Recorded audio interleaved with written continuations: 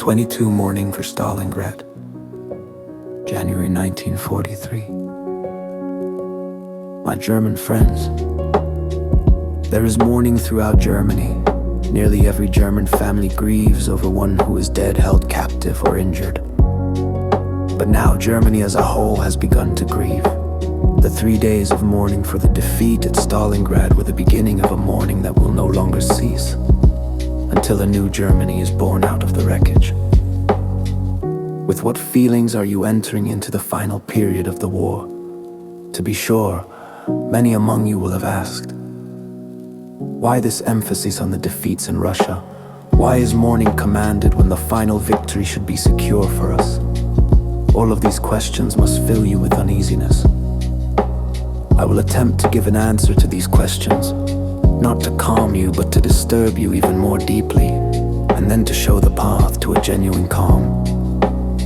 In the days of mourning for Stalingrad, the frightening question that lived in the secrets of most of you was brought into the open. What has taken place? The answer is, evil has taken place, such evil that a 3-day mourning period of the entire nation was brought about. Instead of tearing the nation apart, for a moment it brought the nation closer together through common grief. All of that was shrewd. But was it more than that? Can common grief dispel the restlessness that lives in every German heart? Certainly not. Because the restlessness springs just as much from the question, what will come to be? This question has also been answered in public. Difficulty will come.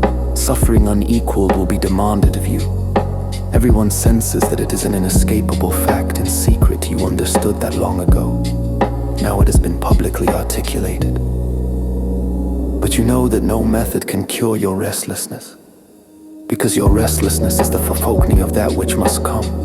And for this reason, days of mourning can give you relief for a moment, but are ineffective in the long run. Even the days of mourning were intended as falsehood, but they are the truth. For what have you grieved in the days of mourning for Stalingrad? Have you grieved for a military defeat? Such there are in every war, and they are not taken as cause for days of mourning. In truth, you've grieved for something completely different, namely, for Germany's catastrophe. Germany's catastrophe is not a military defeat, just as Dunkirk was not catastrophe for England. Germany's catastrophe is that the defeat at Stalingrad was the expression of the coming defeat of Germany in general. Even the National Socialist leaders sensed that. And for this reason, they set the days of mourning, which were in reality mourning over the German fate. But the days of mourning for Stalingrad, the German nation has begun. The days of mourning that will not end until the rebirth of Germany. But precisely for this reason, grief is not the end. You are mourning over Germany. But is that actually so? Is that actually necessary? Certainly, Nazi Germany must perish, and on the smoke-stained walls of Stalingrad's ruins the inscription appeared in fiery letters, weighed and found wanting. That applies to Nazi Germany. But does it apply also to Germany? No. Germany is not being weighed and found wanting, but rather the class that first conquered Germany and then Europe. The grief for the dead of Stalingrad, the victims of a sacrilegious prestige policy, is at the same time grief for Germany. Nothing is more justified than that.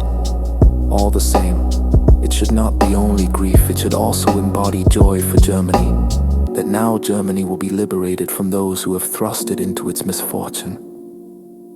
Germany had permitted itself to be turned into the instrument of tyranny. You could not free yourselves. Now you are being freed. The sacrifices that this requires are not being spared. Whoever is possessed by evil spirits suffers when higher powers free them. He is sad that evil spirits have seized possession of him, but at the same time he is happy because the hour of deliverance has come. This is the way you should feel, my German friends. The days of mourning should be dedicated to mourning the fact that the German nation had fallen into the hands of powers that have led it into shame. But at its foundation, there should be a joy and a calmness that comes from the fact that now, the beginning of the end of these powers has come. You should have the calmness of one who knows he has gone through the fire and has become someone else, and has nothing more to fear. A Germany that has gone through the fire and is delivered from its evil spirits has nothing to fear.